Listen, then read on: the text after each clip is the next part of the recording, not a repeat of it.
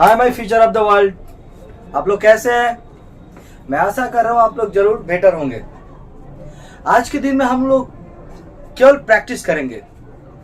वो जितना भी चीज हम लोग पढ़े हैं ना, वो सारे चीज का प्रैक्टिस करेंगे। ठीक है, बने रहिएगा।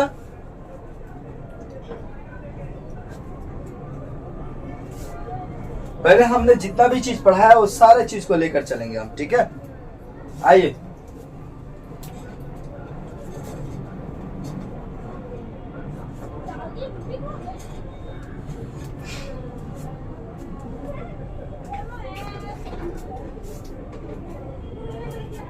पहला वीडियो जो हमने बनाया था उसमें मैंने आप लोगों को बताया था टेंस के बारे में। टेंस क्या होता है? Tense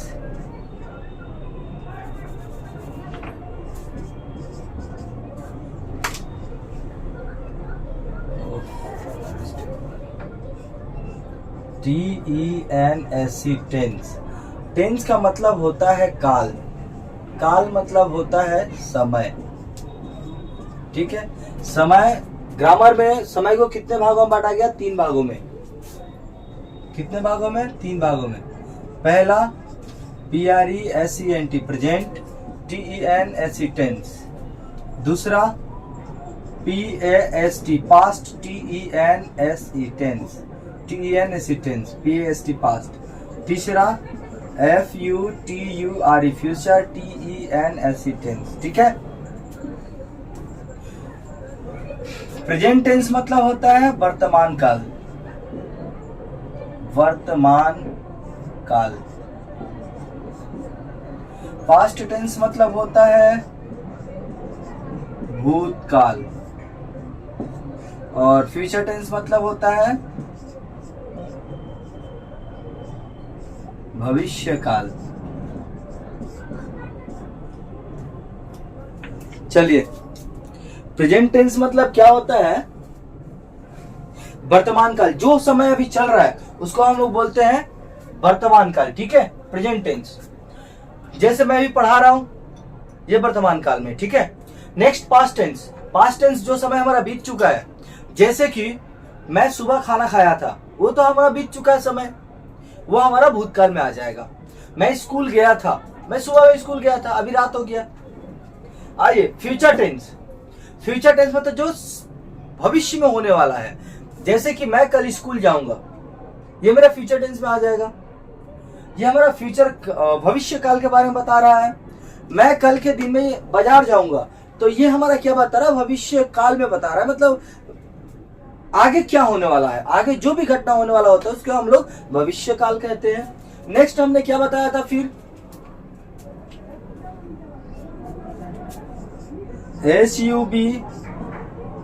SUBJECT subject, VERB verb, OBJECT object.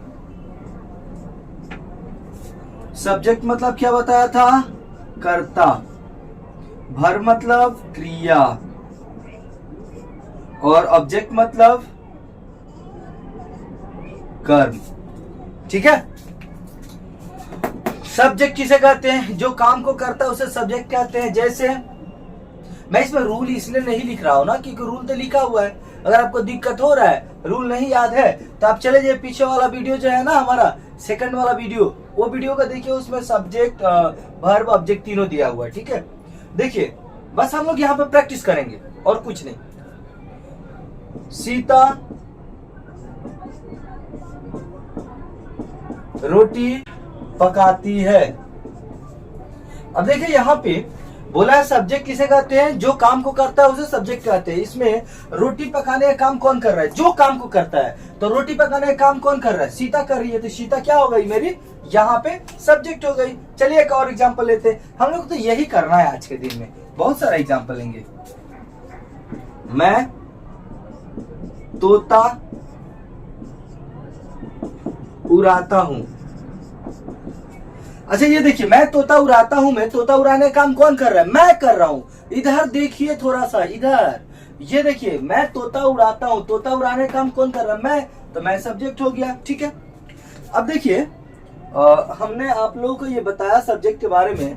कोई दिक्कत हो रही है सब्जेक्ट समझने में तो कमेंट्स कीजिएगा, ठीक है, हम आपको बताएंगे। जहां तक हमें आशा है कि कोई दिक्कत नहीं होगी। डस्टर कहाँ है? मैं इसको ना हटा दे रहा हूँ, ठीक है, क्योंकि हमारे पास जगह नहीं है। आप लोग वीडियो पॉज करके देख लीजिएगा। सब्जेक्ट हो गया वर्ब। वर्ब क्या है? जिस शब्द से काम होने की जानकारी होती है उस शब्द को हम वर्ब कहते हैं, ठीक है। जिस शब्द से काम होने की जानकारी होती है उस शब्द को वर्ब कहते हैं। जैसे वह क्रिकेट खेलता है। क्या करता है? वह क्रिकेट खेलता है।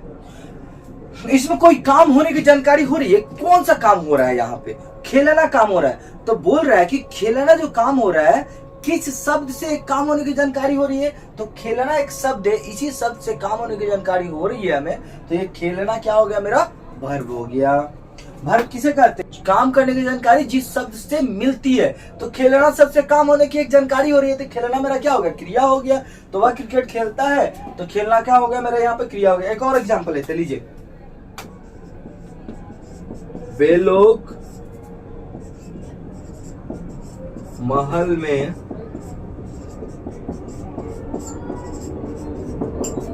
जाते हैं।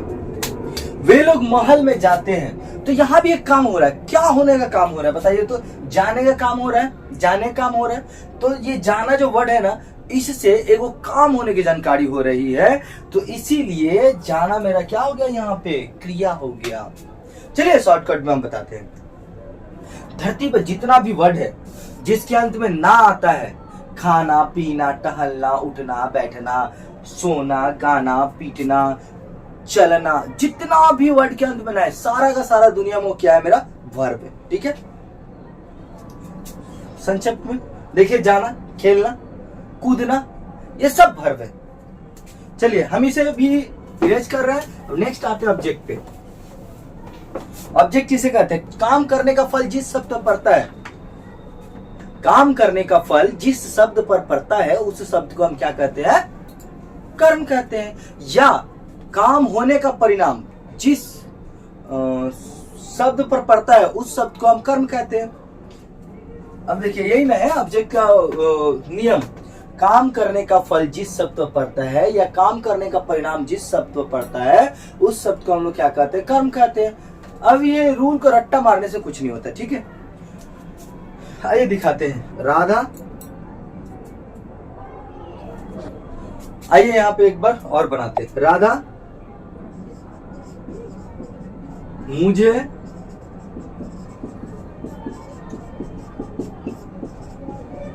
अचार देती है। राधा मुझे अचार देती है। अब देखिए यहाँ पे, अच्छा ये मुझे हटा दीजिए। राधा अचार देती है, छोटा सेंटेंस लेते हैं, ठीक है। राधा अचार देती है, तो यहाँ पे एक काम हो रहा है और काम करने का फल भी हमें मिल रहा है। ये राधा है ना, कुछ दे रही है, तो दे रही है तो इसके बदले में वो दे का रही है। नहीं समझे बात को समझिए। राधा अचार देती है तो काम कर रही है, क्या चीज करने का? देने का। तो काम करने का परिणाम क्या पड़ रहा है? अचार। काम करने का फल क्या मिल रहा है? अचार, ठीक है। तो ये मेरा आचार क्या हो गया? कर्म हो गया। नहीं समझ में आ रहा है? देखिए इधर थोड़ा ध्यान दीजिए। एक और एग्जांपल लीजिए।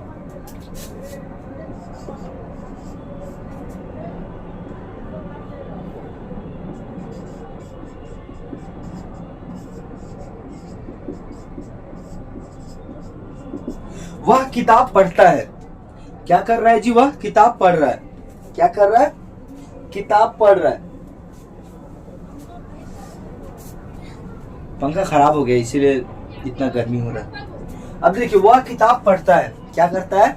वह किताब पढ़ता है। तो हमारा ऑब्जेक्ट क्या कहता है? काम करने का फल जिस शब्द पर पड़ता है। काम हो रहा है यहाँ पे, क्या चीज का? पढ़ने का काम हो रहा है। तो पढ़ रहा है तो परिणाम क्या मिल रहा है उसको? फल क्या मिल रहा है? फल मेरा क्या मिला? किताब मिल रहा है। तो किताब मेरा ऑब्जेक्ट हो जाएगा। अब चलिए सिंपल सेंटेंस में ऑब्जेक्ट हम बताते हैं। सिंपल सेंटेंस में ऑब्जेक्ट हम बताते हैं। देखिए ऑब्जेक्ट पहचानने का सिंपल सा एग्जांपल, ठीक है, क्या से क्वेश्चन कीजिएगा, उसके बदले जो भी आंसर आएगा वो सारा मेरा ऑब्जेक्ट है। जैसे राधा अचार देती है, राधा क्या देती है? अचार। तो क्या से आंसर आया ना, तो अचार मेरा क्या हो गया? ऑब्जेक्ट हो गया। वह किताब पढ़ता है, वो क्या पढ़ता है? वह क्या पढ़ता है? तो किताब। मतलब ऑब्जेक्ट समझने के लिए जितना भी अगर हमारा आंसर क्या से आता है, सारा का सारा ऑब्जेक्ट है, ठीक है। आइए इसके बाद हम लोग क्या पढ़े थे, हमने आपको बताया था present indefinite tense recognizing rule, ठीक है। तो present indefinite tense next topic है हमारा, इसको हटा दे रहे, ठीक है, इसको रख के क्या फायदा, ये सब लिख लीजिएगा आप लोग।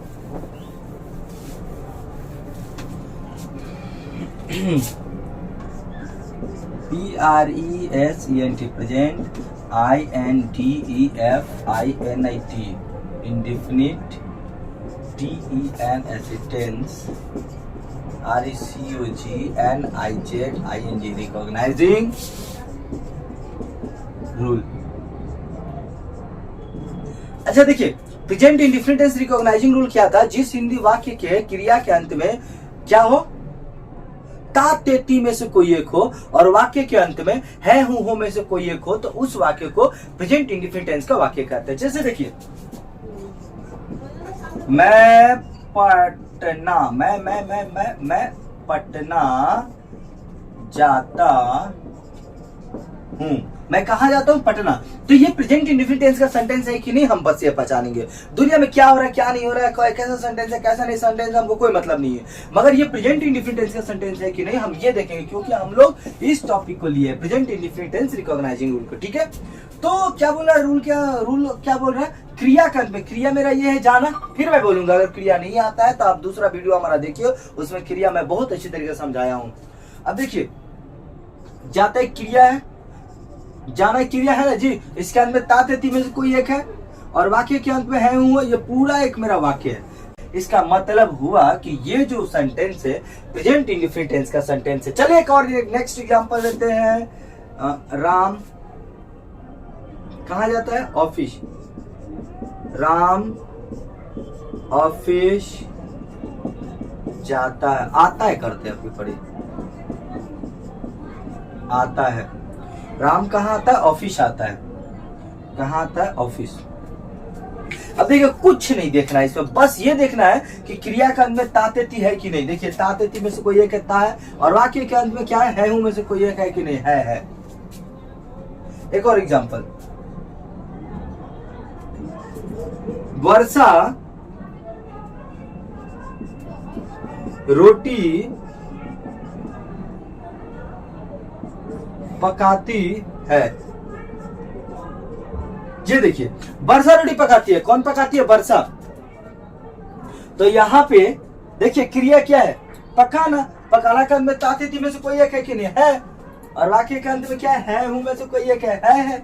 इसका मतलब ये मेरा क्या सेंटेंस? प्रेजेंट इंडेफिनिट टेंस का सेंटेंस है। सिंपल सी बात। कोई दिक्कत हो तो कमेंट्स कीजिए, पूछिए, उसमें सभी आप ही लोग के लिए वीडियो बना रहे हैं। एकदम हम चाहते हैं आप लोग एकदम अच्छी तरीके से ग्रामर जाने, बोलना सीखे, समझना सीखे। अब चलिए इसको हम हटाते हैं और नेक्स्ट क्या था? Present indefinite tense simple sentence making rule. Present indefinite tense TENS tense, simple SENTENC sentence, MAKING making rule. अच्छा चलिए इसमें मैंने बताया था 4 रूल लिखवाया था, थोड़ा ध्यान दीजिएगा। सबसे पहले सब्जेक्ट को लिखते हैं। चलिए मैं एग्जांपल के तौर पर बनाता हूं, ठीक है। रीता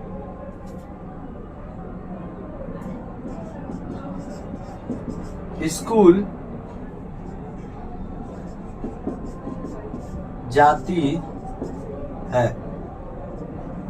रीता स्कूल जाती है। चलिए हम बनाते हैं रूल। अगर आप लोगों को याद है तो रूल को दिमाग में रख के यहां मैच कीजिए, अगर नहीं याद है तो एक बार रूल को ओपन कीजिए, कॉपी में लिखे उसको खोलिए, खोलकर चलिए समझना शुरू कीजिए। सबसे पहले सब्जेक्ट लिखते हैं। सब्जेक्ट क्या मेरा? रीता, हम लिख देंगे रीता। उसके बाद वर्ब को लिखते हैं। वर्ब क्या है मेरा? जाना, वो लिख दिए। तीसरा रूल है, यदि सब्जेक्ट थर्ड पर्सन सिंगुलर में हो तो, किसमें हो?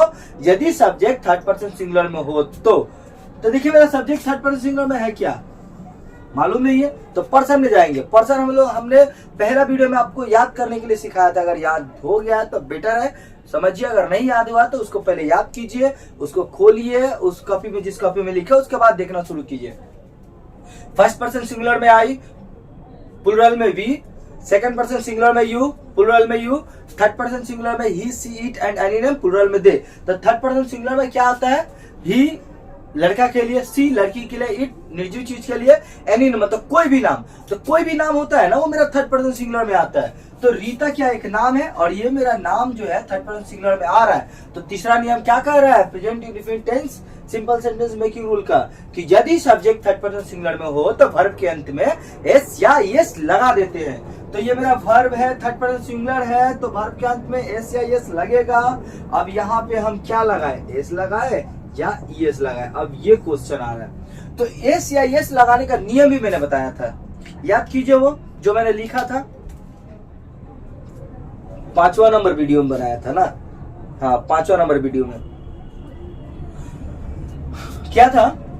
जिस वर्ब के अंत में C H, S H, double S, O, X, Z इनमें से कोई भी एक हो ना, उसके अंत में ईएस लगाते। क्या लगाते? ईएस। और जिनके अंत में C H, S H, double S, O, X, Z इनमें से कुछ नहीं होता है ना, उसके अंत में खाली एस लगाते हैं। तो यहाँ पे हम देख पा रहे हैं कि जियो गो के अंत में ना ओ है। रूल में जो है ना C H, S H, double S, O, X, Z में से कोई एक, तो ओ में ओ है, उस रूल में से एक है, तो इसके अंत में क्या लगा देंगे? ईएस लगा देंगे। चलिए ईएस लगा दिए। और चौथा रूल क्या बोलता है? अंत में ऑब्जेक्ट को लिख देता है। स्कूल है, यहाँ पे स्कूल लिख देंगे, S C H double O L. लेकिन स्कूल के पहले हम टू लगाएंगे। जानते टू क्यों लगाते हैं? जब भी डिस्टेंस मालूम चलता है ना हमें, जब भी जिस वर्ड से डिस्टेंस मालूम चलता है उस वर्ड के पहले क्या करते हैं हम लोग? टू लगा देते हैं। हम लोग स्कूल दूर ही जाते हैं ना कुछ हटके, तो यहाँ पे दूरी हमें इंडिकेट हो रहा है, दूरी हमको समझ में आ रहा है, तो हम यहाँ पे टू लगा देंगे। Rita goes to school. ठीक है, एक और एग्जांपल लेते हैं। चलिए नीचे लिखते हैं। ठीक है, मैं पत्र फाड़ता हूं। मेरे को पत्र अच्छा नहीं लगता, फाड़ देते हैं पत्र को। बचपन से आदत है मेरे को, फालतू लगता है एक नंबर का।